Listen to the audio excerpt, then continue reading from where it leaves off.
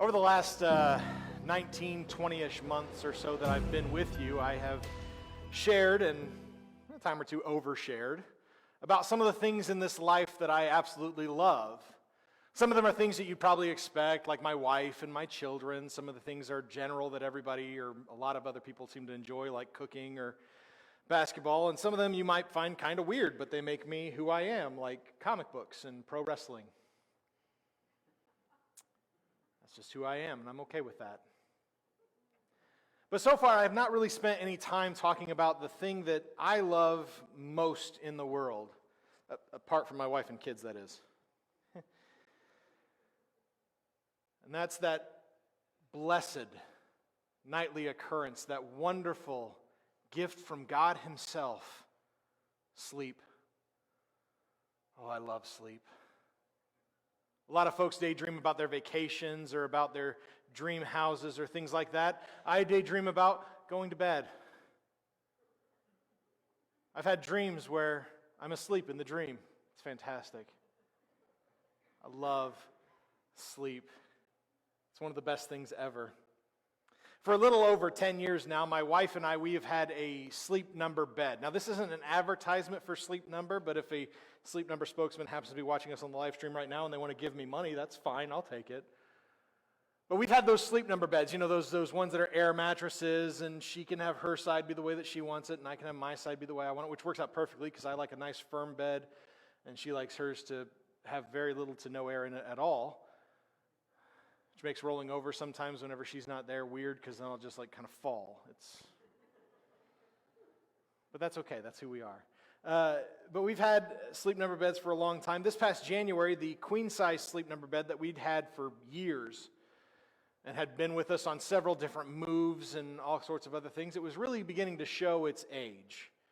Some of the seams were starting to fall out. It wasn't holding the kind of air it used to, and it didn't look like it was in really great shape, so we just knew it was time for a new bed.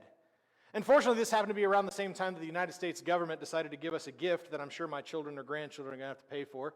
Thanks in advance. So we were able to splurge a little bit and get our very first king-size bed. Now, to some of you, that may not be a big deal. What's the big deal between a queen and a king? But when you're 6'5", and every bed you've had your entire adult life, your feet have hung out the end of, I mean, it's the little things, folks. So getting a king-size bed was awesome. And when we went to the store and we ordered our bed and everything, they told us that because we'd had our bed for almost 10 years, there'd been a lot of updates and a lot of new technology that had been invented for these Sleep Number beds. It used to be, with our queen size, that if you needed to air up your side of the bed or if it was just didn't have enough air in it or lost some air, whatever, you had to go and look for the remote in the middle of the night, which usually meant inadvertently waking up Mandy, or sometimes very purposely waking up Mandy because she was the one who had the remote last and I didn't know where she put it. And then it would make like this really loud sound as it would air up your side of the mattress and that sort of thing. But our new bed had a sensor in it, so it kept the right amount of air in it, and the engine is so soft you can barely hear it on. It's fantastic. But even if you wanted to change the amount of air that was in the bed, like everything else in our world, you don't have to look for a remote anymore. There's an app for that. It's fantastic. I can just grab my phone and change and adjust the amount of air I have in it. But one of the new features that I really wasn't expecting, and if I'm truthful with you, didn't really think I needed, was that this new bed that we have, it not only has a sensor to determine the air that's in there, but it has a sensor in there that can actually track your sleep. It has sensors in it that can monitor your heart rate, it can monitor your breathing, it can tell whenever you shift or turn around in the bed, it can tell when you get up. It's like somebody's watching me sleep in the least creepy way imaginable. And then in the morning when you wake up, you can open up your app and it can tell you what your sleep score is, how well you slept. It's kind of unusual. And I figured this morning that since I'm talking on and on about my new bed, that I'd go ahead and look at my sleep score with you, if that's okay. So you can kind of see that I'm not lying to you, for one thing, but also, you can see how weird it is. So I haven't checked my score this morning, but here it says, come on. Ooh. I got an 84 last night. That's pretty high because you can tell on the right, well, my right, your left, something like that. My average score is a 72, so I slept better than last night than I normally do. Over here on my left, your right, you can see that my best score was a 95. I remember that 95.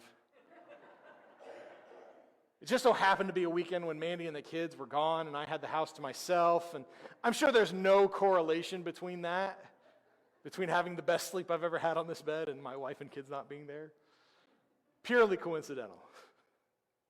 But it's kind of unusual. Like, my bed can tell me whether or not I slept well last night. It used to be I kind of had to figure it out for myself. I would know based on how tired I was in the morning or how much I ached or all that different stuff that just kind of happens. I mean, the reality is I've never really needed an app to tell me whether or not my sleep was good. Usually I just kind of know. I know based on how tired I am. I know how hard it was for me to get up in the morning. But even if for some reason I can't tell based on those kind of factors that we normally have, there are other things that let me know whether or not I slept well the night before.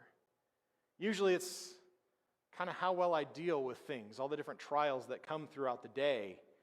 I can determine whether or not it was restful based on how I approach things, whether or not I'm short with people, or if I get snippy, or if I get overly sarcastic, well, more so than normal, that is. Or I can tell based on how patient I am with my children. I can tell based on how frustrated I get or how easily provoked I am to anger. I don't need an app to tell me whether or not I got enough sleep. I do a good job of telling myself. And I think that's the case for all of us, isn't it?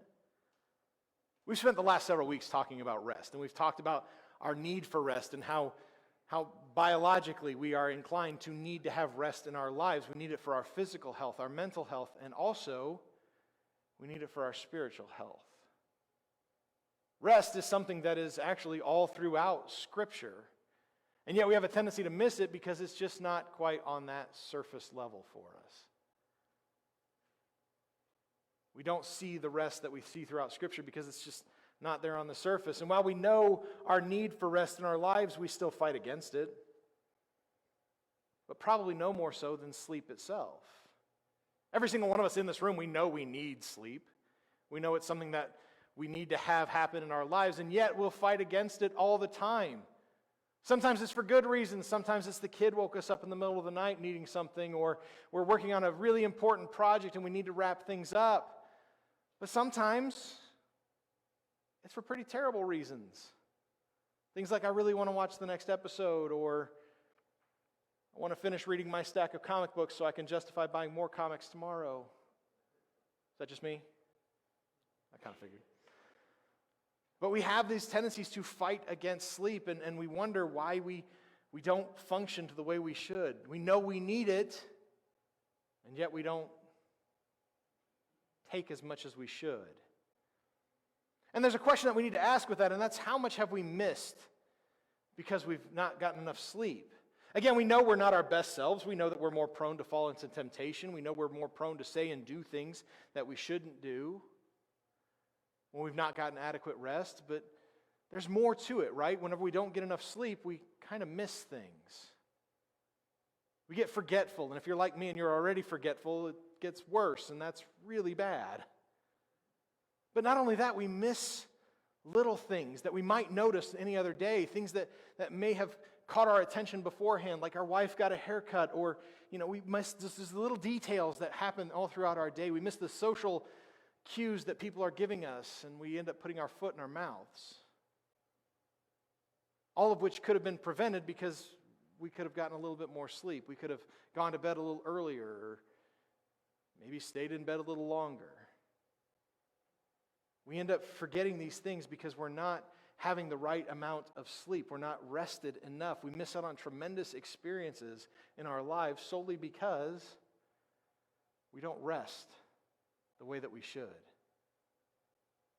I'm convinced that if Elijah had not gotten the kind of rest that he needed, he could have missed out on one of the most profound experiences of his life. He could have missed out on something completely necessary for him in this moment. We've talked about this particular narrative before, but we're going to be in 1 Kings chapter 19. We're going to specifically be through verses 1 through 13.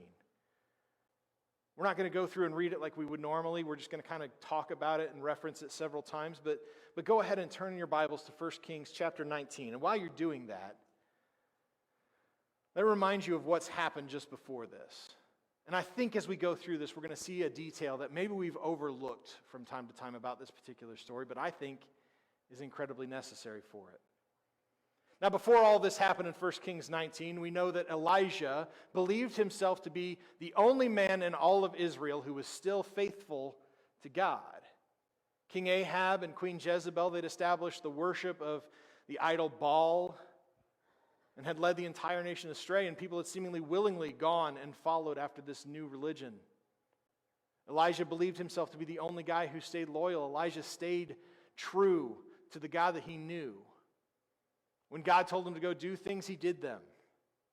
When God told him to go and speak to King Ahab and tell him there was going to be a drought in the land and it was their fault, he did it. He approached the king to tell him that because of you, God is going to make it stop raining. He went the places that God told him to, going to go visit a widow and staying with her and her son. He did all sorts of different things amongst the people simply because God told him to. And then after 3 years, God told Elijah to go back to King Ahab and to set up a whole final showdown between God and Baal. That the prophets or the priests of Baal were going to build an altar and put a sacrifice on it, and that they were going to leave it alone from there. Elijah was going to build an altar and put a sacrifice on it. And then they were going to take turns praying as to whose deity was going to be able to send fire to consume the sacrifice. So everything got done. They built this whole thing. They built this altar. And Elijah, the gentleman that he was, told the priests of Baal, you guys can go first. I'll wait. And so they began to pray and scream and wail and cut themselves. They cut themselves. And they went on for hours acting like this, and yet nothing happened. And so finally it's Elijah's turn, but before Elijah goes to call on God, he tells him, go ahead and just drench the thing. Just pour all kinds of water on it. And think about that for a second. It's a drought. And he's having them pour water over this altar. That's a big move. After this happens, Elijah kind of steps back, and it doesn't say this exactly in the text, but this is how I kind of picture it. Elijah just looks up to heaven and says, go for it.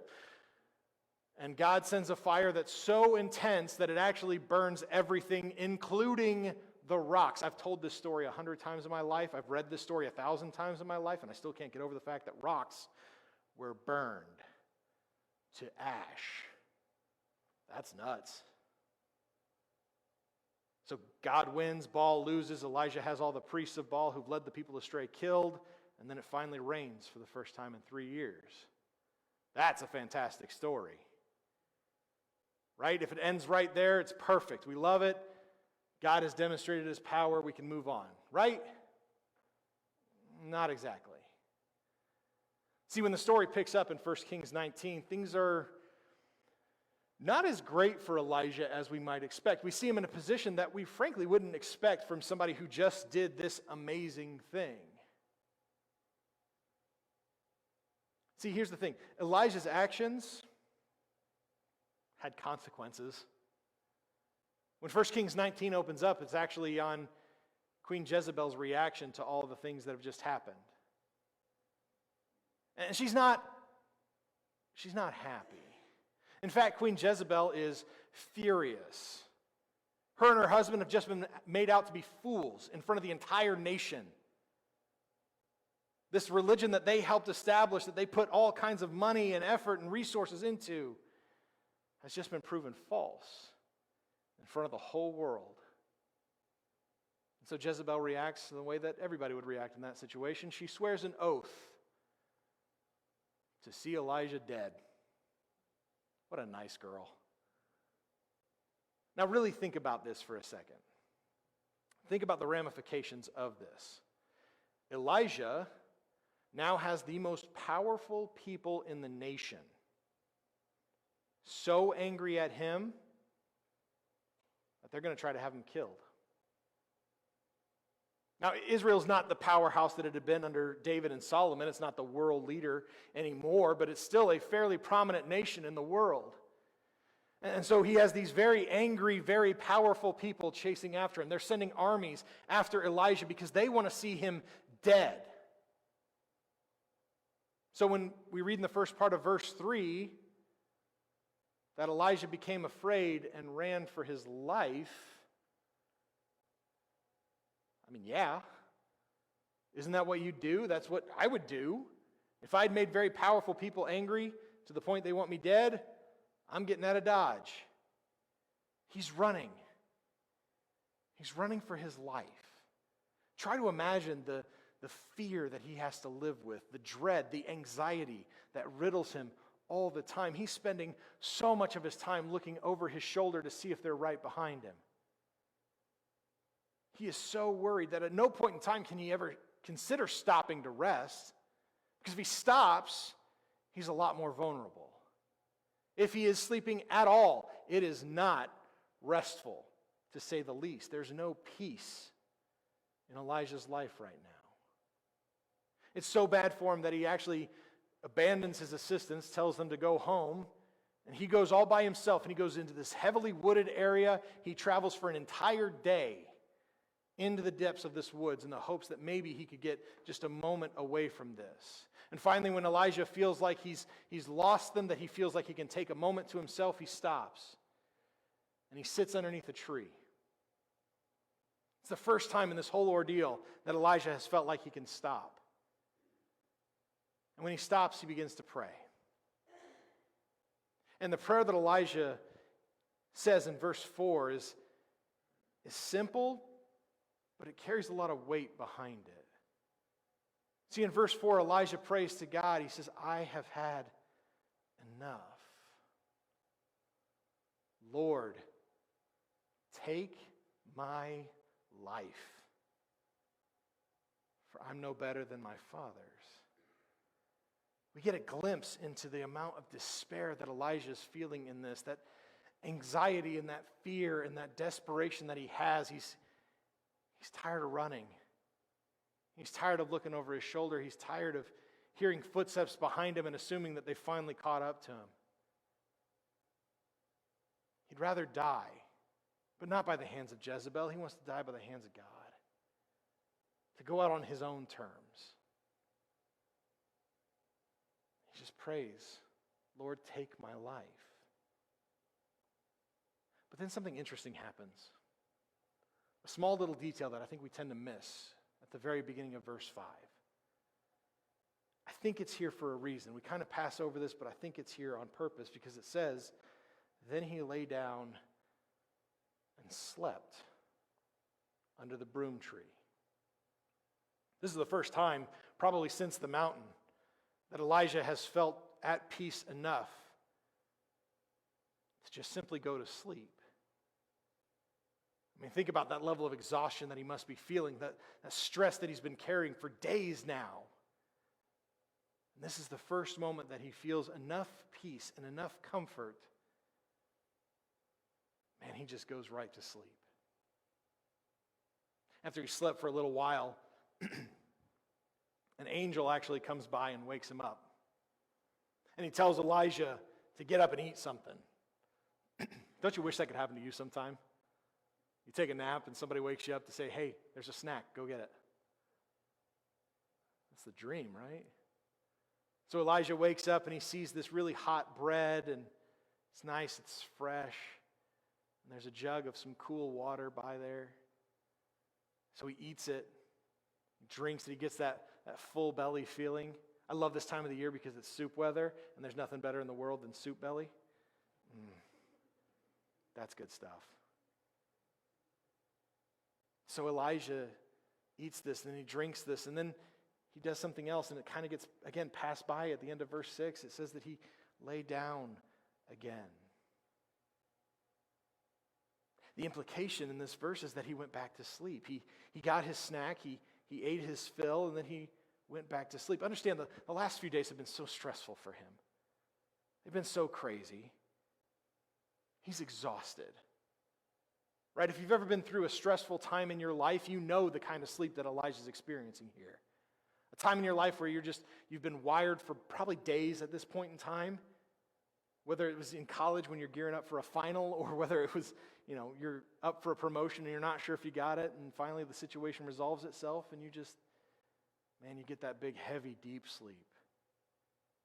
That's what Elijah experiences. But this is twice now that this text has told us Elijah slept. It's almost like it's there on purpose. Again, after he slept for a while, the angel comes back and wakes him up and tells him to eat again. It's just a dream, man. This happens twice for him. He's told that he has a journey to go on, that he needs to be prepared, that he needs his strength. God has something in store for Elijah, and he needs to prepare for it. So Elijah gets up, he eats, he drinks, and then he begins a journey that's going to take him 40 days and 40 nights. And it leads him all the way to Mount Horeb, which in Israel is known as the mountain of God. And when he gets to the mountain, he finds a cave. We're told the first part of verse 9 specifically that he entered a cave and he spent the night. Once more, the text is indicating us something simple, that Elijah went to sleep. That's 3 times. I don't know about you, I'm not a big believer in coincidence. And 3 times the text has told us Elijah went to sleep. God has something in store for Elijah, and he needs to be prepared. And part of that preparation is for Elijah to rest. God has something big in store for Elijah, and he doesn't want Elijah to miss it. So he goes to get some sleep, to be prepared, to be ready for whatever it is that God has in store for him. And we kind of know what happens. We know this story because there's really 2 events in the life of Elijah that are probably the most known, that even those of us who maybe didn't grow up in church, we still have maybe a cursory knowledge about. The first we just talked about, the big mountaintop experience, and the second one is this. Elijah, after days and weeks of being chased by Ahab and Jezebel, if his situation hasn't changed, understand that his situation has not changed. The 2 most powerful people in the nation are still trying to kill him. And he's eluded him this far. He's still under pressure from them, but God has still had this thing in store for him, so he's made Elijah prepare for it. And God tells him, after he has slept, to go and stand out on the mountain, that his presence is going to come past. The presence of God is going to be with Elijah. And we know this story. Elijah goes out there, he stands out there. There's a great big wind, then there's an earthquake, and then there's a fire. These are big and impressive and things that we expect to see the presence of God in. But it's not. This lavish display of the power of God, and yet God is not in it. The presence of God is not there. And so what would the presence of God reveal itself as? It's a soft whisper. Something that's so easily missed. Something that even on a good day, Elijah still could have not heard. Right? I don't know about you, if somebody whispers something to me, sometimes I'm not prone to hear it right away. Especially if I'm not really listening for a whisper. And yet this is how God chose to present his presence. To let Elijah know you're not alone. He chose a soft whisper. Something small, something subtle. Something far too easy to miss. I can't help but see a correlation. I can't help but connect the idea that the text told us 3 different times that Elijah slept in preparation for this moment. And that God chose something that was soft and easy to miss. And that Elijah picked up on it. I can't help but make a connection between those 2 different things. If Elijah had not taken that time to rest, if he had not taken that time and slept and prepared himself, prepared his body, prepared his mind, and prepared his spirit, And it's entirely possible this text reads very differently. God, the presence of God whispered to it, and Elijah missed it because he wasn't ready for it. There were other things, other ways that Elijah could have missed this experience. It's a whisper, right? Like, there's a million different ways to miss out on that. And yet Elijah had prepared himself. He'd rested. He'd eaten properly. He'd done all the things that he needed to do ahead of time to be ready for it.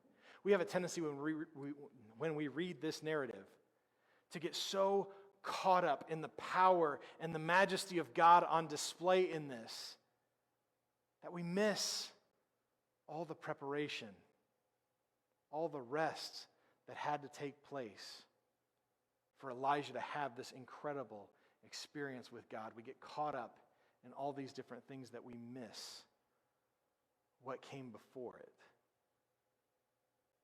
If Elijah had not been ready, he may not have had this moment with God. If Elijah had not prepared himself, he'd have missed out on an incredible experience with God. And so I got to ask the question, how much have we missed out? How many of these little moments of a soft whisper of the presence of God, how many of those have we missed? Because we weren't prepared. Because we weren't ready for it. Because we didn't do the little things to get ourselves ready for it. Every single one of us in this room, I'm willing to bet if I took an informal survey and said, who wants to hear from God? Who wants the presence of God in their lives?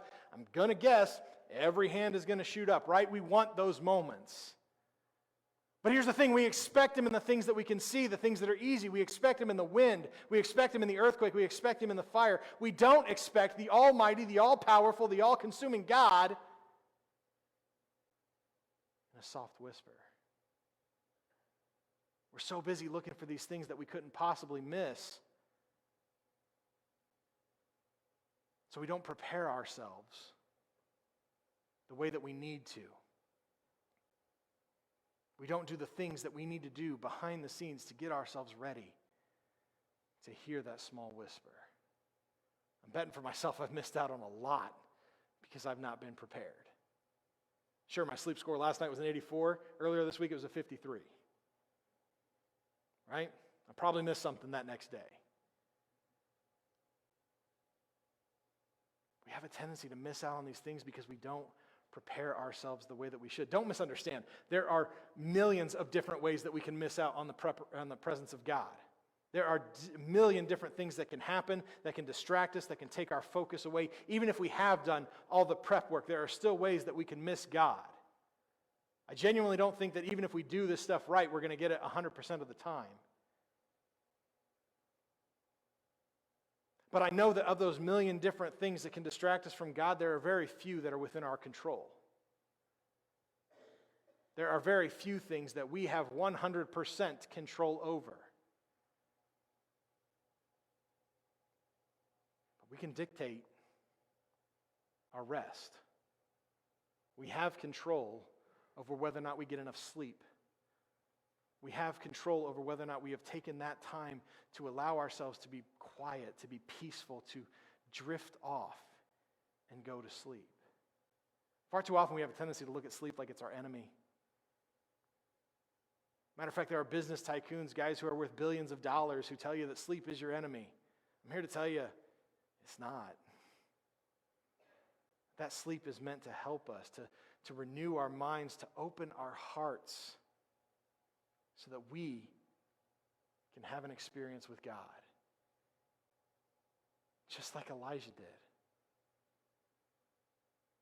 Elijah needed that rest. He needed that time to sleep so that he could be fully prepared for that experience with God. You need rest.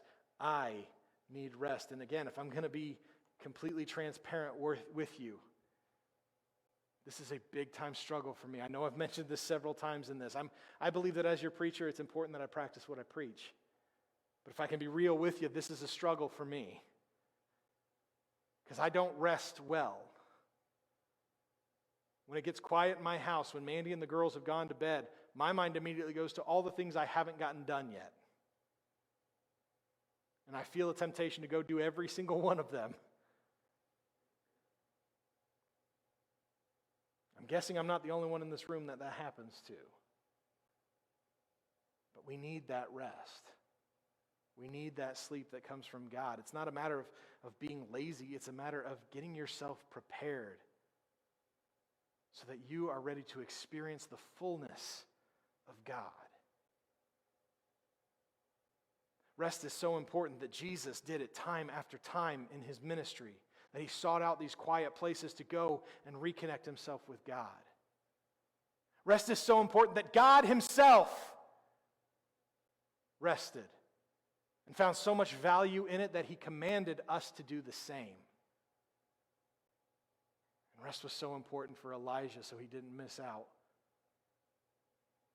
on an amazing experience with God.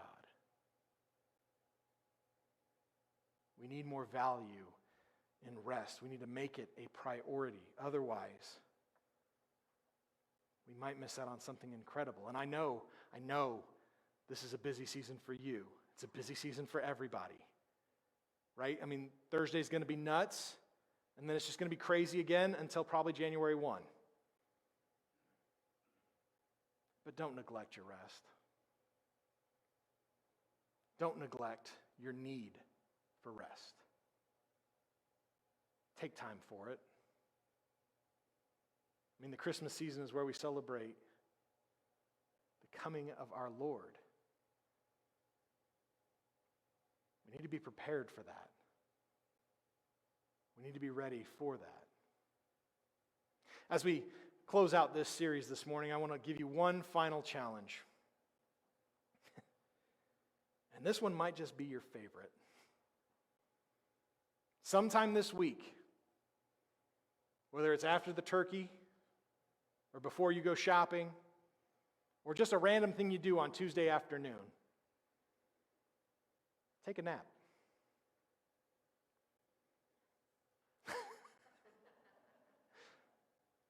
That seems silly, right? It seems like a crazy thing to say, but it might just be, and this may be the craziest thing I've said all day, it may be the most spiritual thing you do all week, is to simply quiet your mind, get comfortable, and go to sleep.